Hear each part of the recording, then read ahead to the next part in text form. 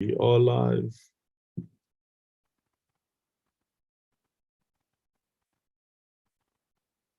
So just give it a second. Thank you for those who are joining. Okay, so we're going to look in a few moments. I just want to make sure that all settings are done. We are also live on Facebook and social media.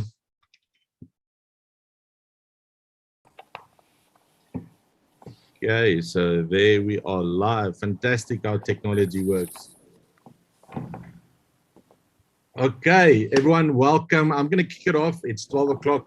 It's lunchtime for most people. For others, it's still working time, especially if you're an entrepreneur. Oh, let me just put my camera on that you all can see my beautiful face as well. I just want to say thank you for giving up your beautiful Thursday afternoon to be here to come and learn. And this is what it's about. And, you know, we are here learning from Hilton that has over 60 years experience of life, business, corporate, and he's been around the block, and we're looking forward to learning from him. Hilton, I just want to say from my side, thank you for showing up on every Thursday. I know the effort and energy it goes into to create the topics that you want to talk about. It goes in a lot of energy, time, and you know, you are giving back. You are giving value. There's a lot of entrepreneurs. I've gotten a lot of messages of people learning a lot from you. And I think it's an honor that we have you giving up your time. I know you're very busy, and the demand on your time is big because you work with from big companies to smaller companies. So I just want to say from my side, I just want to honor you for being here and willing to give an hour of your time to everyone. So everyone, get your notebooks ready, be ready to learn. And Hilton, I give over to you. Great, thanks, Cobus, and welcome everybody. Thanks for giving up your time to be here today. I appreciate, and I hope you all learn something and gain something out of it. At any stage, if anybody has any questions, please feel free to ask and interrupt. It's often easier to do that than try and answer everything at the end. So welcome, and let's see where we go today. So today's topic, which has been requested by a lot of the delegates, is where and how to sell your product. That seems to be the bottom line with it. So just to recap over the previous sessions that we've had, you've registered your company, you've registered your brand name or your product name or your service name, you're SARS compliant, you've got a good financial system in place so you know where the rands and cents are going. You've identified your pricing, defined your pricing strategy, whether you're a cost plus or a cost minus product, your discount structure, etc., and you now want to take your product to the market and start selling. And this is the easy part. You've done the hard yards, and now it's a case of getting down to this. So I thought I'd put in a little bit of a funny just for today, just to lighten things up. A new CEO decides it's time to rid the company of slackers. On a tour of the facilities, he notices a guy leaning against a wall. The room was full of workers. Seeing a chance to show he meant business, he walks up the guy and says, "How much money do you make a week?" A little surprised, the young man says, "I make 400 Rand a week." "Why?" CEO says, "Wait right here." Storms back to his office, comes back in 2 minutes. He hands the guy 1,600 in cash and says, "He has 4 weeks' pay. Now get out of here and don't come back." Feeling like a boss, the CEO looks around and he says, "Does anybody here want to tell me what that goofball's job was around here?" From across the room, a voice says, "Delivery guy from McDonald's."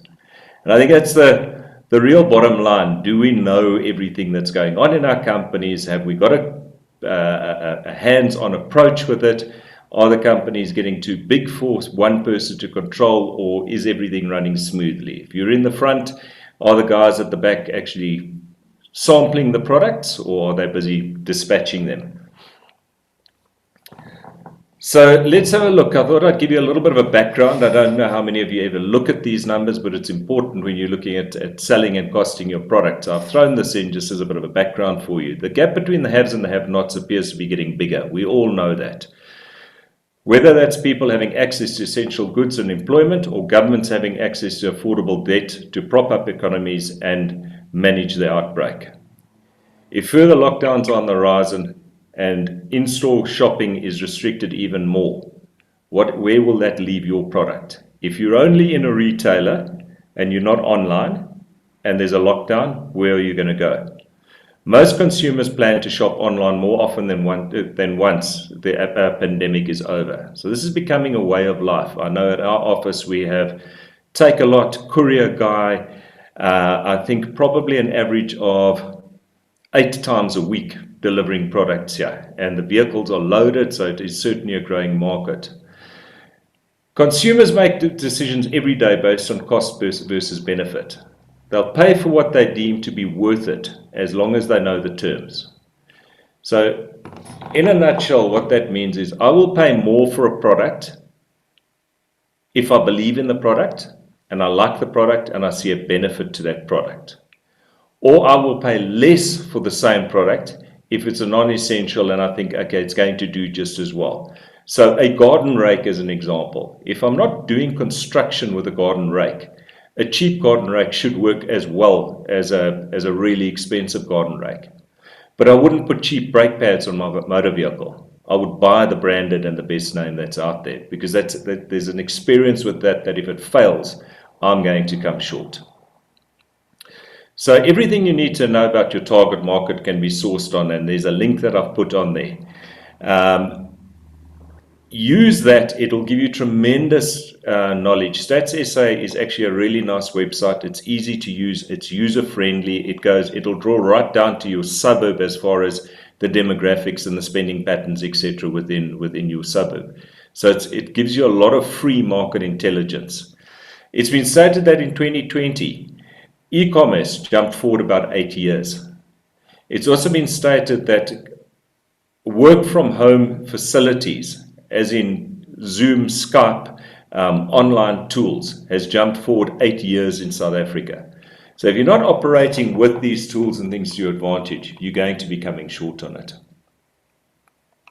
Let's have a look at how big the population is. So these are the last stats that SA Stats posted, and they said 58 million in the country. The urban population is 66% and the rural population is 33%. So urban being your city centers and your towns and things, 39 million people that operate there, and your rural guys in your outlying areas is 19 million. The splits between men and female is pretty constant, 49.1% of men and 50.7% of women. The average age in the country is 24. The origins of these, about 80% of the population is Africans. That's about 46 million people, and 10% of a European origin, 10% of mixed African, Asian and or European origin, and 2.5% are Asian, which is your 2.1 million people.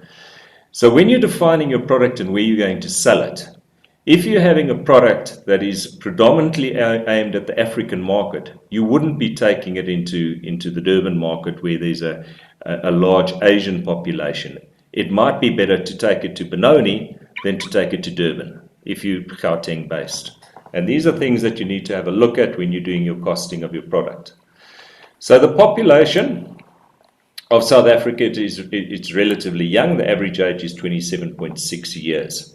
About 44% of the population is under 25 years. So we've got a very young market in South Africa that's your target market. 38.1% is between 25 and 50 years, and 17 is over 50 years of age. The number of people per household is 3.3, and it's on a downward trend. There are more women, 50.5% than men, in the South African market, and 80.7% of the market is black, 8.8% coloured, 7.9% white, and 2.6% Asian. The inhabitants are 66.8% in urban areas. Gauteng is 26% of the market, KwaZulu-Natal 19%. And those are your two biggest markets within South Africa. And if you're launching a new product, it is good to know that you don't want to take a product, as an example, to the Eastern Cape, which is a very small market, at a high cost of transportation. The level of education in the country is about 43%. Of 25 to 64-year-olds have high school education. Only 15% are university graduates. So summing that up, you've got a very young market, you've got a very uneducated market as a whole within the country, and you've got a very big unemployed market within the country. So now you've decided what your target market is. You need to decide on where you're going to distribute it to. So if you are Gauteng based, you're obviously going to have a massive cost to move your product down to to Cape Town, Durban, Port Elizabeth, Graafrenet, Middelburg, DR, places like that, or up in KZN, going right up north, Richards Bay, Babananga. Are those the markets that you want to be in? And have you effectively worked your pricing out to take that into account? Because one thing with product costing, you don't lose on the swings and gain on the roundabouts. If you haven't worked out your product costing accurately to the outlying areas and your product kicks, would you be able to push your pricing up in those markets? And inevitably the answer is no on that, because the buyers simply won't take a new price from you. So I've just used an example here of the Gauteng-based market, just to give you an idea. So if we look at that and we say region A is the Diepsloot, Midrand, Ivory Park region, Lanseria and Fourways. You can drill down into that on Stats SA to find out what the demographics and what the education level is within that market. Or B, are you going to go to region B, which is the Rosebank, Parktown, Emerentia, Greenside, Melville, Mayfair, Northcliffe, Rosebank, Parktown. Now, traditionally, that will be a lot whiter area than the Diepsloot Midrand area would be. So if you can have a look at that, you know exactly where you're going. At what your costs are going to be to get into those markets, what your market resistance will be into those. Poor areas traditionally don't make mistakes with purchasing because they can't afford the mistake. They would rather stick with a tried and tested market than going into something that is new for the fear that they've wasted money and they're not going to get that money back. So let's have a look at your distribution. Ways of distribution. You can distribute via car, obviously, or via Take-A-Lot, or courier guys, or any of the distribution guys. There are still trains that run, believe it or not, although I would not put stock on a train. I think you're going to be very happy if it gets there and the container hasn't been broken open. But if you're selling container loads, it might be an option. The content, the money, the food, what are you selling? What are you offering and how are you going to distribute it? And what are the costs involved with each of those?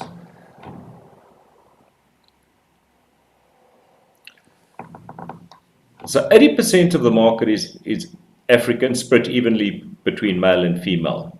Market is mainly urban, but half the urban market size lives rurally. And that's important to understand. So it's not only Johannesburg CBD that would count, it is your outlying areas, your Bapsfontein as an example, trying to think of all the other little areas, Springs, Benoni, all those areas.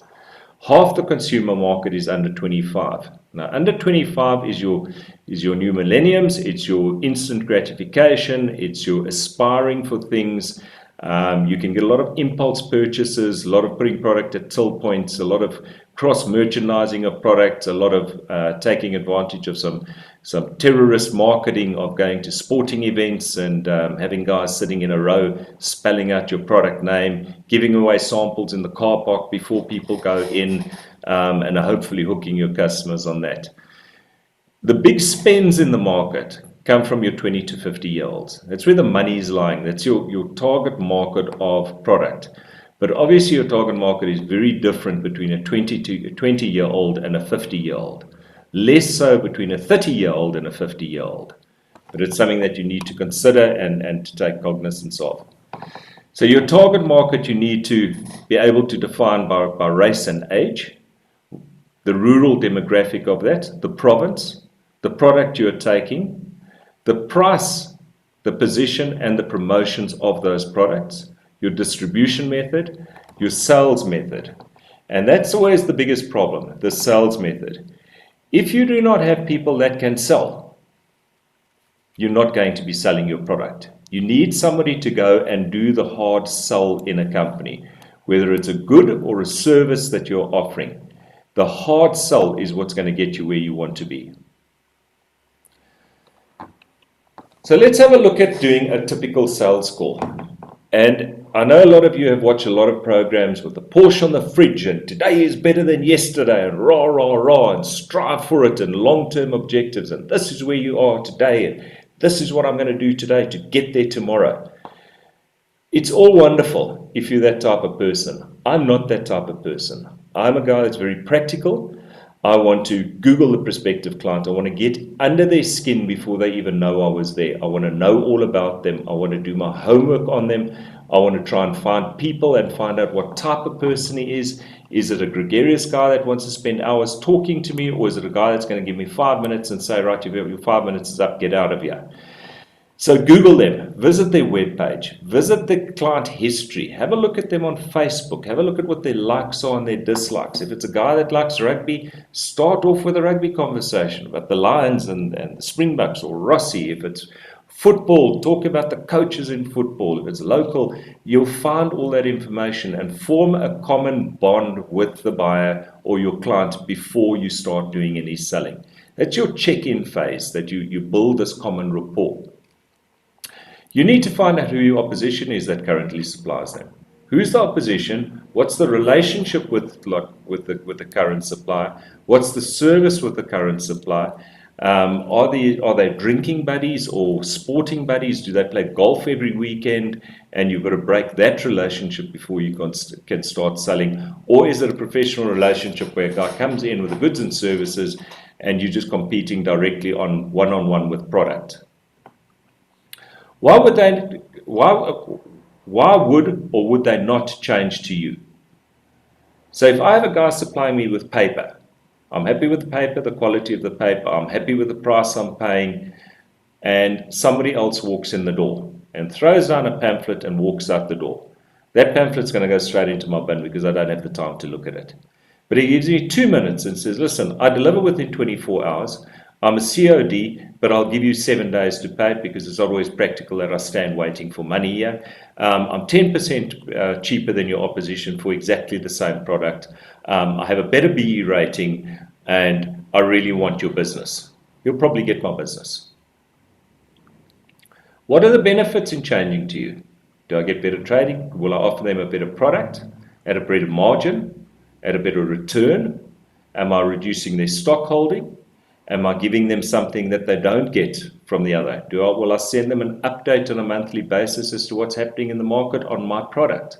Will I be on television or on YouTube or on Facebook advertising the product? Will I be driving customers to your store?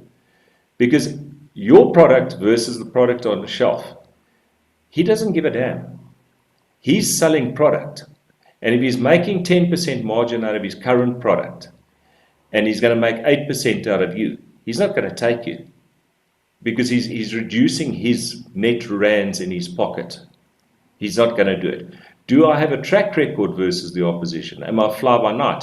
Do I have a lot of customers around the country? Am I reputable? All these things the guy needs to know so that he can see that he's dealing with a proper person, with a proper company that's going to offer him the best service out there. What is their risk? There's always a massive risk in changing suppliers, whether it's you selling insurance or you're selling motor vehicles. When it goes wrong, who do I speak to? So we've unfortunately just lost somebody in the family. The broker that did all the life insurance policies for this individual simply doesn't come back to us. I've had to phone the head office to get the information for them as to what policies were in place and things like this. And he had the cheek to phone me and say, well, who's your broker? I'd like to come and see you. I think he learned a few new words. Okay, what is your possible inroad? How would you possibly get into this client? Would it mean that you would stand outside of the robot and hand out samples in the morning when he drives in? Would you advertise outside their premises before they get there so that there's this, but I've heard your name before, or I've heard about your product before? Would you be doing a Facebook advert and then tagging him in on your Facebook advert? How do you get in there? How do you pique his curiosity to your product? Or are you going in with a hard sell of saying, I'm here, this is what I have? That is your sales pitch that you need to do. And that sales pitch is the easy part if you know your product properly. Because if you know your product and you believe in it, tell the client that that's what you're doing. Embrace the word no. The biggest problem with sales individuals worldwide of every population is the fear of the word no. So inevitably they will do a sales pitch and they will oversell themselves. They'll sell themselves into the deal.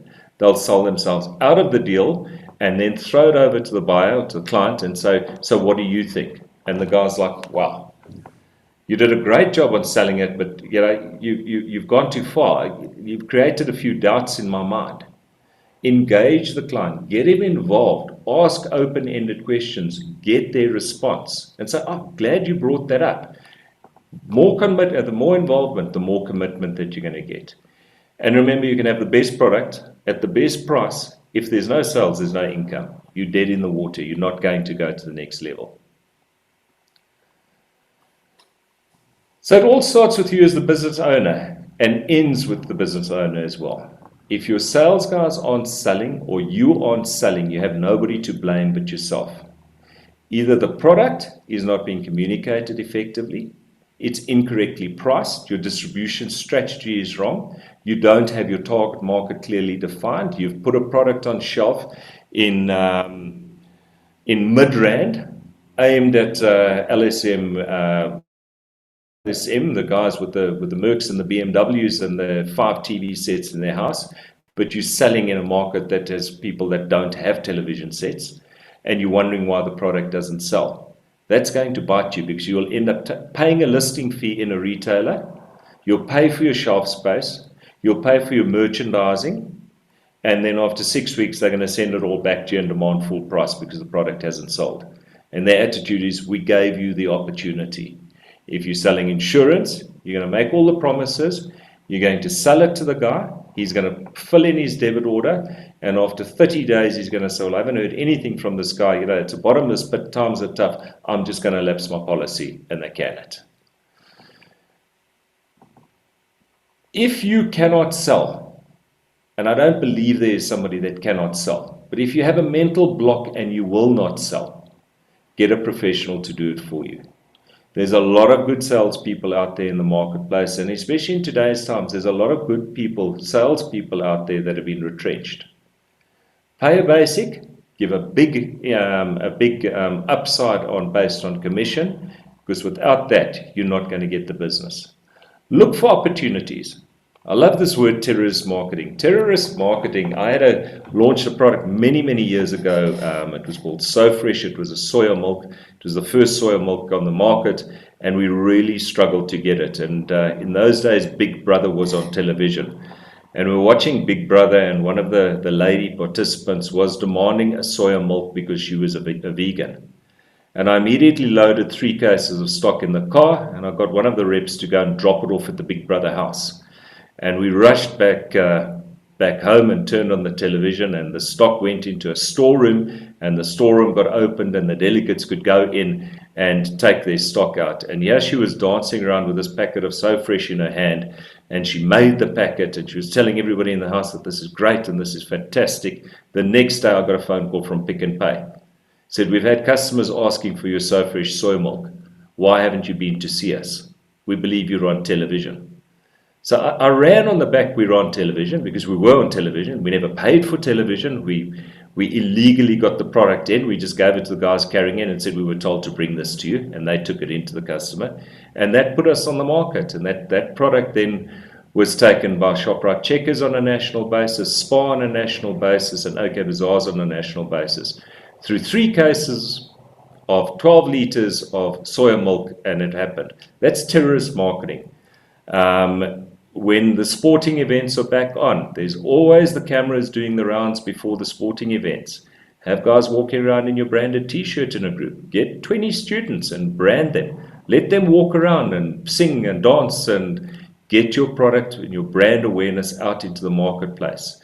With your branding on motor vehicles. Your motor vehicle, the mother-in-law, the boyfriend, the kids, everybody's vehicle. There's suddenly the sense of presence that I'm seeing this product out in the marketplace. Why don't I know it? They say it's only after the 3rd time that you see a product that you remember it.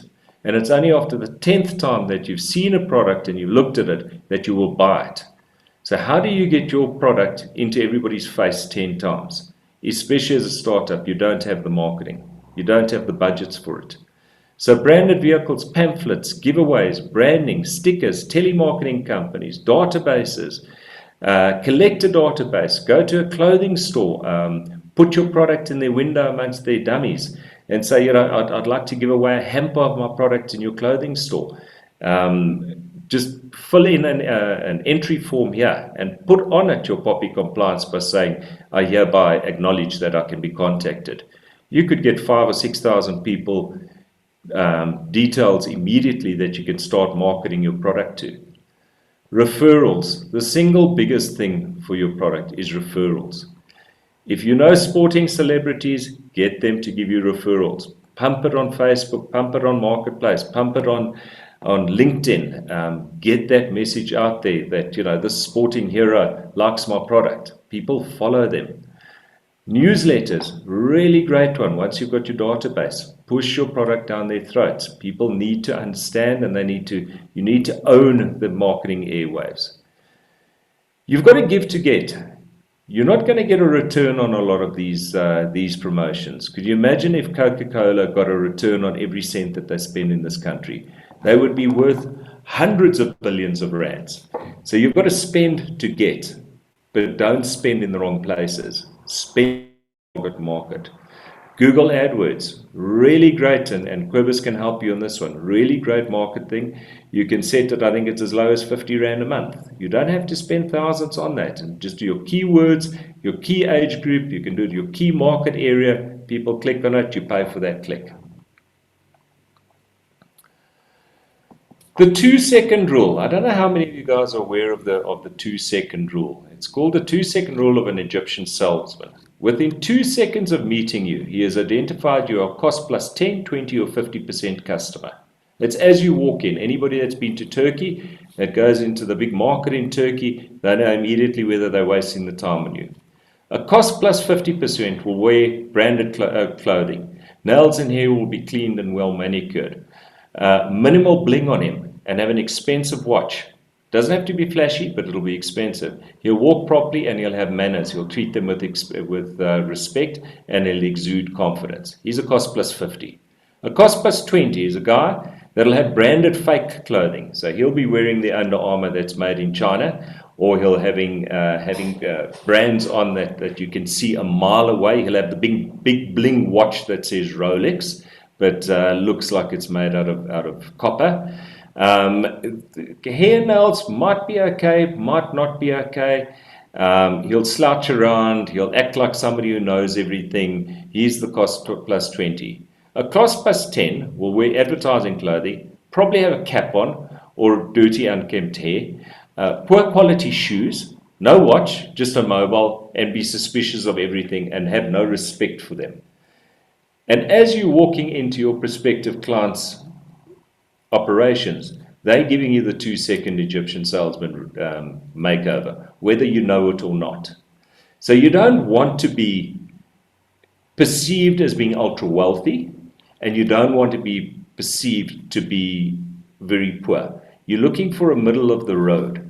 And the middle of the road is the guy that everybody can identify with, somebody that's not arrogant, somebody that looks you in the eye, that has a firm handshake, that treats you with respect, that says please and thank you, and builds a relationship with you more than anything else.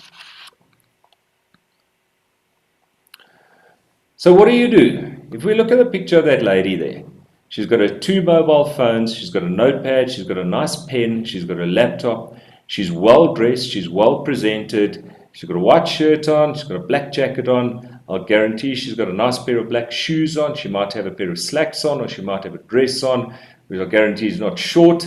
It's probably just above knee length, or she's got a pair of slacks on, but she looks the part. She looks professional just by that photo. So always look presentable. It's not the quality of the clothing that you're wearing, it's how you wear them. Don't have a jacket 6 sizes too big or 4 sizes too small. Unless you're anorexic, don't wear a double-breasted jacket. You've got to be anorexic. Be clean. Have clean nails. Your shoes, hair, pen, notepad. A yellow chewed off at the end big pen projects a terrible image. Project professionalism. Look the part for them. Look your buyer in the eye and be confident, but never be arrogant. He will be arrogant with you. Don't stoop to his level. Have a notebook without folded pages and dog ears and torn out pages and a cover that looks like you have your coffee on it every morning. Have a nice pen, not a chewed pen. Clean your computer screen. The amount of times I've seen presentations where a guy puts his presentation screen up and he's wound thumbprints all over it. It looks terrible, and you're meant to look at this. Or the keypads are filthy. You don't want to project that. Wait to be offered a seat. Don't just walk into your client's office or his home and automatically drop down into the couch. Wait to, and if he doesn't offer, you say, do you mind if I sit? Put your coffee cup, your glass, or your whatever you've been eating or drinking back on the tray. Don't leave it at your place at a boardroom table. Take it back to them. Push your chair in. Always, always use please and thank you. It starts a meeting on a subservient, respectful note, and it ends it on a subservient and respectful note. Don't be scared to ask for what you want. Don't be scared to say, I really need my product listed with you. I need to be in your outlets because of your distribution profile. Your distribution profile fits my marketing profile perfectly. How do I get into you? What do I need to do to be a supplier to you? Nobody wants to see somebody else fail. They'll give you a wealth of information instead of you being a second-hand car salesman trying to push your product down their throat. You need to project what you sell, and customers will buy from you. If you're having a sales pitch and a buyer gives you half an hour and makes your appointment from 10 o'clock to 10:30, stick to the time. Don't after at 25 past say, well, I'm really going to need another half hour of your time because I've simply run out. He doesn't have the time. Somebody else is waiting outside. So as a rule, if you're doing a PowerPoint presentation, 3 minutes a slide is enough to get you through. Leave yourself a couple of minutes at the end to ask questions and to be able to clear up any misunderstandings. If you're not sure, do a PowerPoint. If you are struggling on your presentation, do it. Practice your PowerPoint presentation.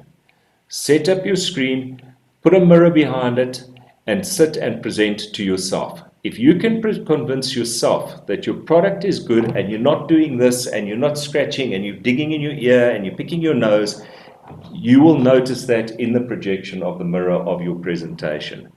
Practice that so that you are confident with what you're doing. Don't be scared to practice to family, your kids, friends, but ask for honesty. Ask for honesty, and if honesty comes in with criticism, work with them to find out how do you overcome that. Every sales call is a theatrical performance, whether you like it or not. You're on the stage, you're singing for your life, you're singing for your survival. Make sure you're practiced like any theatrical presentation would be, that you know what you're doing. Don't try and wing it. If you wing it, it'll come across that way. You'll be perceived to be a salesperson that has just come in here to take a hit and run and run away.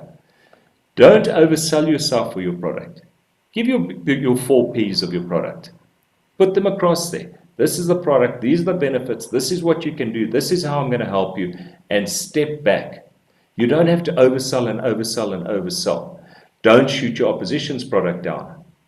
Even if your product is superior, you can say, on trials, our product has come out at an 8 out of 10, where the existing products are sitting at a 6 out of 10. If he says which of the existing products on there, you can mention them, but don't slag them. You don't know whether his family member owns them or he's got shares in that company. You don't want to do that. Close the sale. Always close your sale or your presentation. I can deliver by Tuesday at 10 o'clock if you give me the order today. I can have the paperwork by you, all the paperwork with the listings, my barcode numbers, my letter of good standing, my company registration, the bank letter, by 10 o'clock tomorrow. I'll complete the forms for you. Thank you for the opportunity. I'll complete the forms that you've given me, and I'll get them back to you by Friday at 10 o'clock. Don't miss those deadlines. It's the first deadline that your customer is setting you. And if you miss that deadline, there's a perception that you immediately have come short. You're going to spend your life overcoming that. If you have a meeting, you arrive 10 to 15 minutes before. You sit respectfully in the waiting room. Speak to the receptionist. Start building that rapport. When you walk out with your customer, thank the receptionist for the cup of tea or coffee and wish her a good day. Then thank your client. You've immediately set that perception, wow, you're not in this just for me. You're actually treating my staff with respect as well. And apart from that, the next time you get there, the receptionist will remember you and probably fast track you into a meeting. Believe in yourself and project it. You've got nothing to be shy of. You've got nothing to be disgusted with. You've got a product, you've got a concept, you've spent a lot of money getting to where you are. Push it. Remember, 1 sale leads to 2. And 2 leads to 4, and 4 leads to 8, and 8 leads to 20, and before you know it, you've got a good product and a long run with it. Conclusion. 3 or 4 of the participants today will action what they learn in these sessions. Are you one of them? If everybody here today that's attended and given up of their time can learn 3 things and put it into place, you're a lot further than you were this morning before we started the session. Every day you will learn something new. What will you apply and what will you action? So you hear opportunities on the radio while you're driving. Are you writing them down and saying, I've got to remember that. I've got to remember this bank has got a reduced rate. I've got to remember it. Then you get home and you say, yes, one of the bank was offering an extra 2% on interest charges. Who was it? Who was that? Somebody was advertising overdraft facilities or loans at a great rate. Who was that? Just make a note of it so that you can remember it and you can action it. No one has all the answers. But collectively, this group of people that are listening here today have all the answers. Collectively, you can resolve it. So if you're struggling on a sales pitch, I'll guarantee your family members, friends, anybody you come across will go out of their way to ensure that you're successful because people want to see success. Learn by others' mistakes. Don't learn by your own. Learn where other people went wrong. Don't repeat those examples. You can't afford it. You cannot afford it. If you're making a product that's going to go on shelf, go and measure the shelf. Take a dummy of your product and put it on shelf and see if it fits. Don't go and make fancy bolt-on cutters as a giveaway and now you can't get on the plane with a bolt-on cutter to take it to your customer in Cape Town because you're going to be arrested for carrying a dangerous weapon. Maybe something else would be better. But if you've made them and you're sitting with 50 or 60 of them, what are you going to do with them? Time management. Are you doing instead of managing? Biggest problem with all small business managers is that you end up doing everything. You're worrying about business cards, you're worrying about the posts going out, you're worrying about getting somebody into service your photostat machine, buying ink cartridges, trying to run everything in the company. Instead of getting people to do that, giving them the responsibility, you can still make the final decision, but you should be managing your business. Look after the cents and the rands will look after themselves. How many times have you ever stepped over a 10 rand note lying in the road or in your office? But how many times have you stepped over a 5-cent copper coin lying on the pavement? And if you'd picked up every one of those, would you have been able to pay for 1 day's postage in your company? How many times do you see your beautiful letterheads being incorrectly put in the photostat machine? Probably costing in the region of 4 rand, 85 rand a page for a fully embossed one, and somebody's printing scrap paper on it. Who pays for that? You pay for that. Look after those expenses and the rands come in. Don't forget to breathe. Don't forget to breathe. We get hung up, we get tense, we're tied up in our emotions, we get frustrated, and you don't breathe. And when you don't breathe, you get this head rush and you want to burst. Fill your lungs. Even in the presentation, you're going to be nervous. Fill your lungs, let your air out slowly, look the guy in the face, and start your presentation. Listen. Process to what is coming back to you. Once you've understood the process, get clarity, and then respond. But most importantly, don't give up. It doesn't all run according to plan. It's going to go wrong. Don't step back. You're going to need it. So we finished a bit early today, and I thought if there are questions, instead of like we normally do, we rush off to where we are to get to the end of it. I think this it's now 22:01, so we're 20 minutes short. If there are any questions or anybody wants to say anything or ask any clarity or needs anything, please feel free to ask. Thank you for your time. I really hope you've all learned something today and that you make a success. If you need any help with your sales pitch, please feel free to ask me. It will be a pleasure to help you. I'm doing this for free for you guys because I want you to be successful. I have no vested interest in this. There's no financial remuneration for me. I just want you guys to all be successful and to fix our country because it's in a shambles. And the fact that all of you on here today have given up your time to be that means that you're interested in being a success. Are there any questions? Quibus, I have no idea where questions are. Oh, there.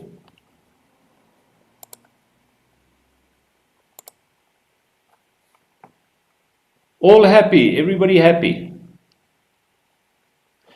Can you use that as an example in tour talk? Much appreciated if you can help. Hi Hilton, I'm doing Super Life 30 and other stem cell repair or rejuvenating. So who's written this? This is from a direct message. I have no idea who this is. Okay, I think if you're looking at something as a product like this, which is stem cell, I mean, there's a big marketing campaign about it at the moment. We've got one billionaire that has just come into the country now that is doing the T cells that he's talking about, that is investing, I think it's R1 billion in the COVID vaccine down in Cape Town. I think they're putting this up in Port Elizabeth, if I'm not mistaken. So there's a lot of market wave on this at the moment, and there's a lot of interest in this. So I would definitely say there's an opportunity to get on the back of this bandwagon. I would find out who he is. I would join his Facebook page. I would join his LinkedIn page. And I would run on the back of as much of that as I can. And I would certainly use his T cell and his stem cell knowledge behind it by saying, this is the buzzword in the country, this is what's happening, there's R1 billion being put into this country to get this up and running with research, and I have the product to get you there and to help it. You're going to need your product to have benefits. What is the benefit? Is it backed up? Is it conspiracy theory benefits? Is it medically researched benefits? To put all those products out and get them across, I think there's a wonderful opportunity with that. Definitely you've got to have a look at that. Absolutely. Hilton, the biggest issue everybody has is getting clients, retaining them to repeat customers. Please elaborate. Okay, so if you get a customer, the easiest thing to happen with a lot of customers. So I'll give you the history. I launched a product called Rooibos Iced Tea. It was the first one on the market, and Rooibos was having wonderful market out there, and we went and had this product canned, and I think we did 100,000 cans, and I took it off to Pick n Pay and the retailers, and I whacked the stuff on the shelf, and it was looking fantastic, and everything was looking positive, and the product didn't sell. And it sat, and I paid over R1 million worth of listing fees, and I couldn't sell the product. And I couldn't sell the product not because it was a bad product, not because the price was bad, but people were saying, can't be better than Coke. And people weren't saying, okay, but Rooibos is a healthy product, I can give it to my kids, it's got no sugar added to it, it's a healthy product, let's go for it. So the product was on shelf, and we started facing delistings left, right, and center. We then went on a big marketing campaign, and we went into sports market, and we took it off to the rugby teams when we dropped off a couple of cases, and we took photos of the guys drinking the product at their training sessions. And we started splashing the airwaves and putting this out in magazines. I would print 1,000 pamphlets, and I would go into Pick and Pay, and I would go into Woolworths, and I would go into Spar, and I would insert my pamphlets illegally into all the magazines that were on shelf, all of them. We'd put them in there. And suddenly the product started picking up in those stores that we were in. So I thought, well, okay, we'll get hold of Prime Media and we'll ask them the cost of putting these pamphlets into their magazines. Well, it wasn't an option. It was going to cost me hundreds of thousands of rands versus paying somebody 200 rand a day, going to the store manager saying, listen, do you mind if I just put a pamphlet in everybody's magazine so they can take it home? And overnight, our product took off. Literally overnight. We then went into in-store sampling, and we would give a customer a sample on condition that they gave us their details. And we started communicating. We started giving them recipes that they could cook the product with, and we gave them rehydrate recipes that if they had a runny tummy, and the product got going that way. So we managed to retain the clients. We got the new client by tasting. We retained the clients by pushing the product down their throat and by giving them other options of using the product. Rooibos Iced Tea then came and took out a patent on Rooibos and said, you're not allowed to use the Rooibos name anymore, so we closed the brand down. It was something that caught me. I wasn't experienced in business, and I didn't understand that was going to happen. But the product certainly didn't fail, and it was launched by Unilever a couple of months later. With a product similar but not nearly as good, and that was my biased opinion of it. So I think getting a client is easy. The difficulty is in retaining that client. But that client will remain with you if the client feels valued, feels respected, and is getting value out of you. If they're not getting value out of you, if you aren't in their face, and Quibus has been saying it to me for the last 18 months, if your clients, Hilton, don't see you adding value, if your clients don't know that you're still there, if you haven't been in contact with your clients, they don't know whether you've died of COVID or you've closed your business, how are you going to retain them? So we do a newsletter. Every 2 weeks we do a newsletter. We send out about 260,000 newsletters every 2 weeks. So about 500,000 newsletters a month. And we give away probably 80% of our IP for free. I'm a firm believer in that the more I give, the more I get back. If you're a used car salesman, you're only there when the car is being sold. When the car breaks down, he refers you to the mechanic. You'll never buy another car from the guy. But if he was there and came and picked you up when your car was broken, took you to the mechanic, pleaded on your behalf to get the car repaired, you would definitely keep him again. So the same thing, insurance game, same thing. If you're in the client's face when the times are tough, of saying, let's reduce your policy, don't can it, let's reduce your payments. The client thinks, wow, you really are doing something for me. I'm happy to stick by you.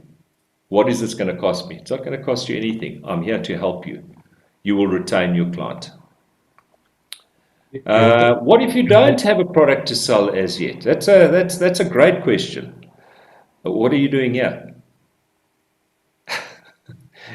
If you don't have a product, have a look at the market. Have a look at if it's a product that you want to sell in a service, whether you're selling financial services, whether you're selling gardening services. Have a look at the market. Have a look at what you want to sell. Analyze it. Find the gap. Google is a great friend. You can do anything on Google. Have a look at international products. Have a look at getting the rights to South Africa for an international product to South Africa. Have a look at what the costs would be. Bounce it off people in the know. Don't go and compete with Chinese products. You will never compete with it. They will undercut you. They will. I did a hand cream at one stage and went over to China, and this factory said, "How much do you want to pay for the product?" And then we'll tell you what we're going to put in it.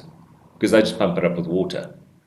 So have a look at where the need is, where the market is swinging to. Are you going to be internet related, as in e-commerce? Are you going to be service related? identify that, ask people, and then take the product to market. Abel, Hilton, what do you do for a living at the moment? Hilton. Aimed at me. What do? I own 14 companies. I do various services to the corporate compliance business, as far as BE and as far as OHS. We do employment equity, we do financial services, we do business building, and then we own a couple of procurement companies where we buy and sell goods and services for various companies. Cobus, sorry, I cut you off. Yeah, no, I just wanted to add what you said earlier for Abel about selling products is you can always sell other people's products.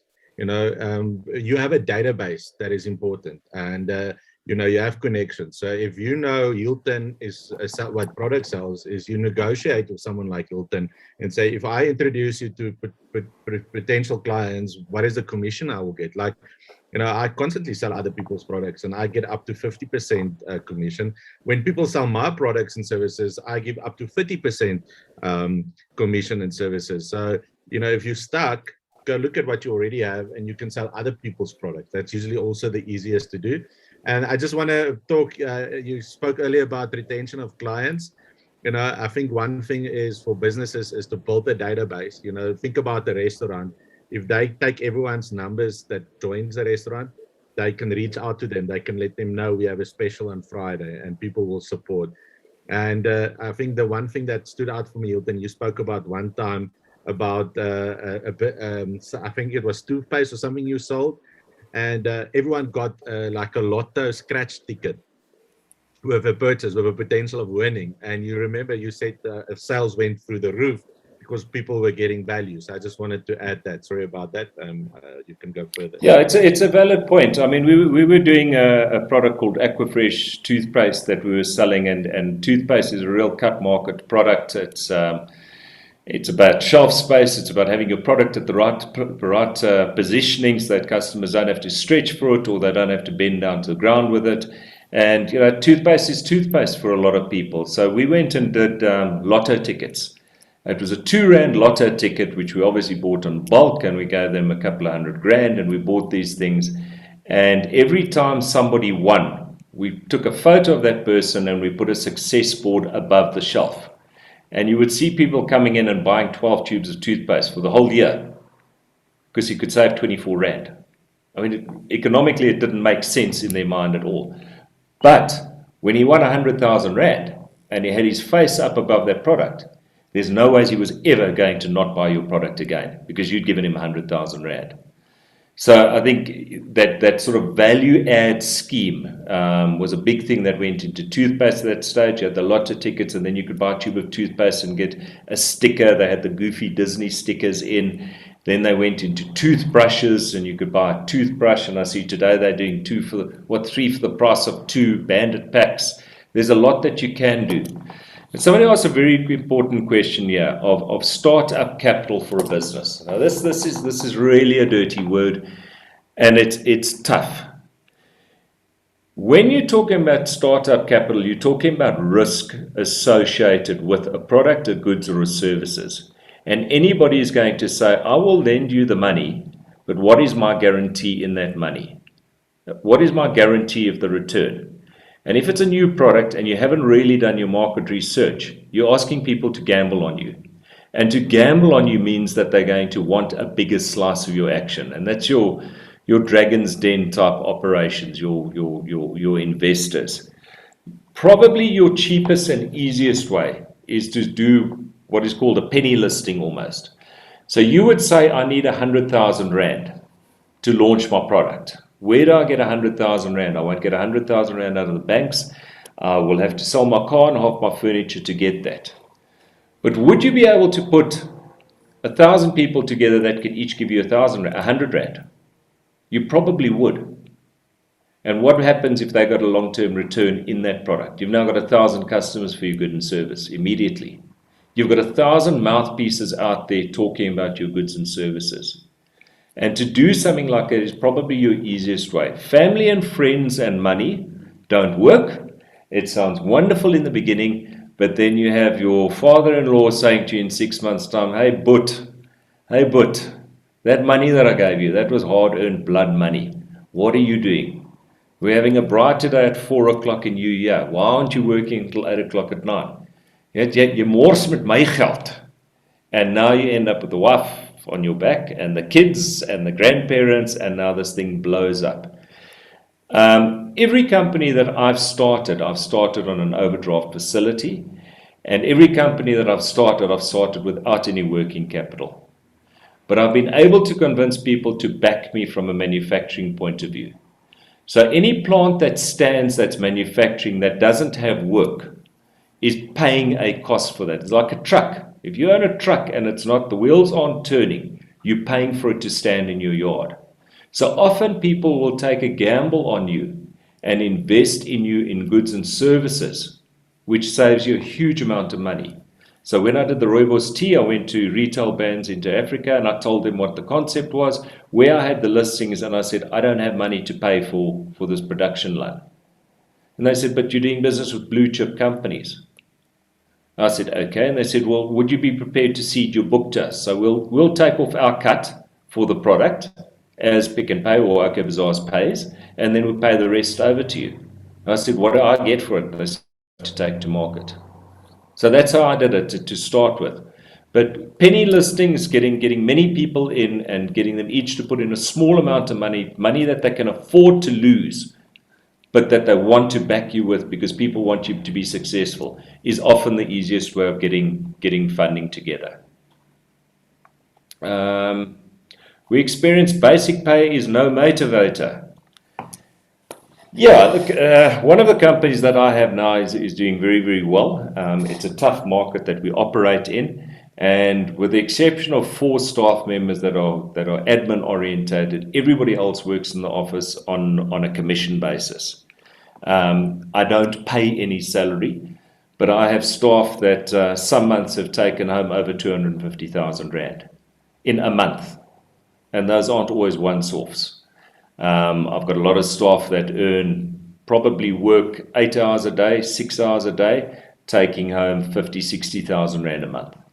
But if they don't want to work, they know next month they're down the tubes. And I think I've sacrificed a lot of product margin in investing in them because I now own these people financially where they cannot ever get a job for what they're earning at this moment in time. So you buy loyalty and you buy recognition for them. I find that works exceptionally well. As far as money is concerned, if you're incentivizing staff, money doesn't always work. A Pick n Pay voucher would work a lot better than giving somebody a 5,000 Rand cash voucher.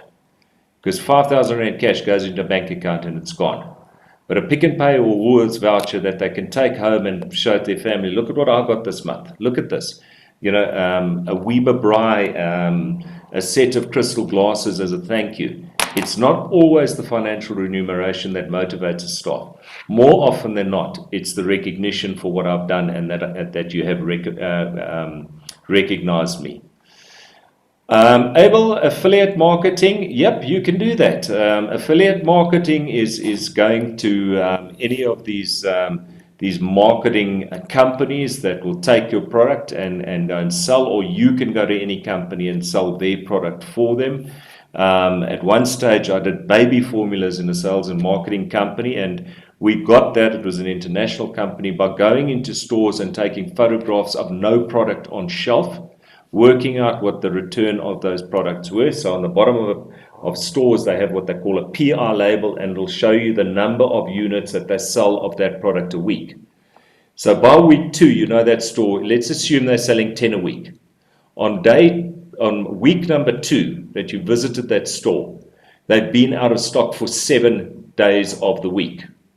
They're selling 10 in 2 days, and there's 7 days they're out of stock. So you do the formula and you put that in and you go to the marketing company, you say, guys, you are losing R1 million a year's worth of sales based on your out of stocks. I want that business. You will get the business because you've gone to a company offering them a return on their investment with no risk by simply reducing their on-shelf out of stock situation. You could take a product if you're sitting in a little rural area and say, I've been around and there is no drinker pop in any of the spas in our area. Can I have your product to distribute and sell in our area? Why would they say no? It's a no-risk solution for them. Shaween, you're asking what financial services do we offer? We offer a little bit of everything as far as accounting with Amanda, who's on here as a partner. She does our financial services for us. We have access to a couple of markets. I think you need to be a little bit more specific as to what you're actually requiring. If you're asking, do we lend money? No, we don't. We're not a loan shark and we don't have the facilities for that. But often a good business plan will lead to wonderful things for you. Thank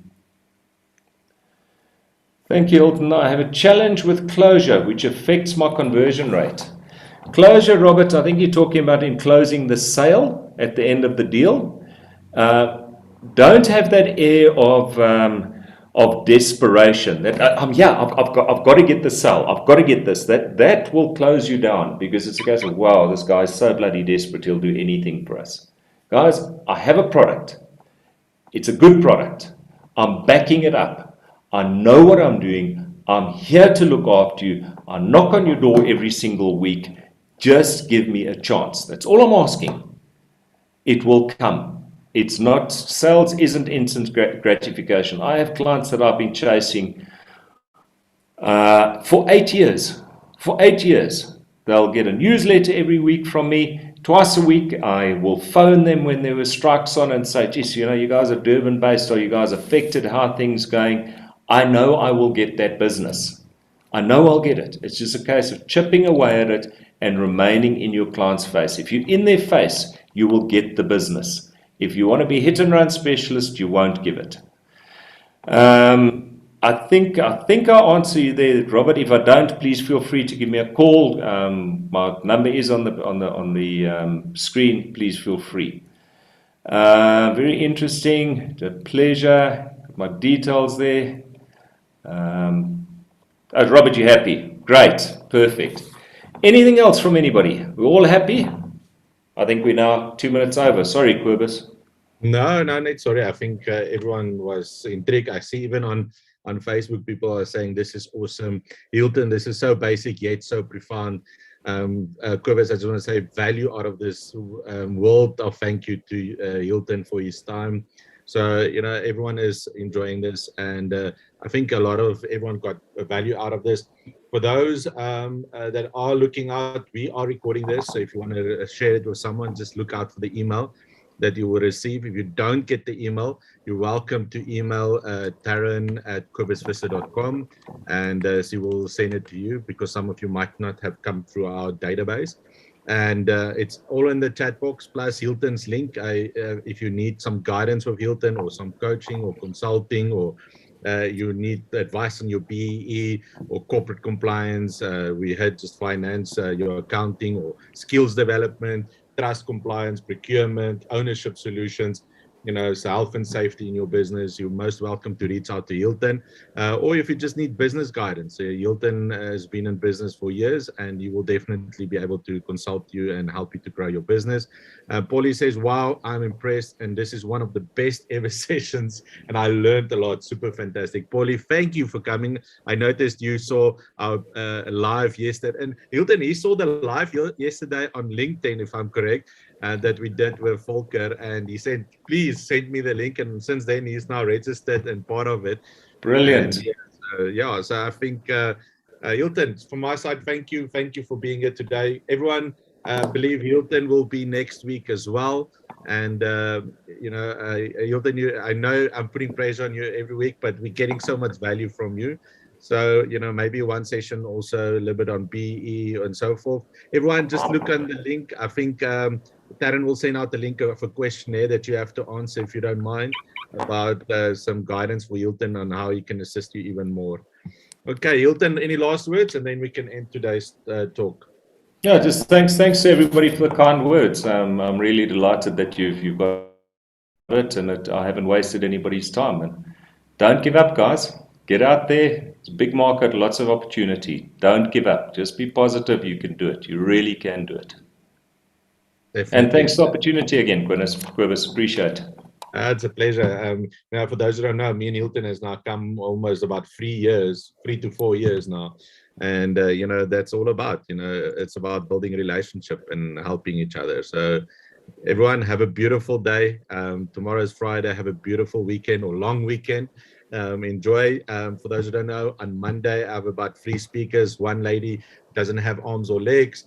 And she went to the Paralympics and she got I think 3 medals at the Paralympics. So she's going to it's Women's Day on Monday. She says she's going to come and talk about how she lives her life with just what she has.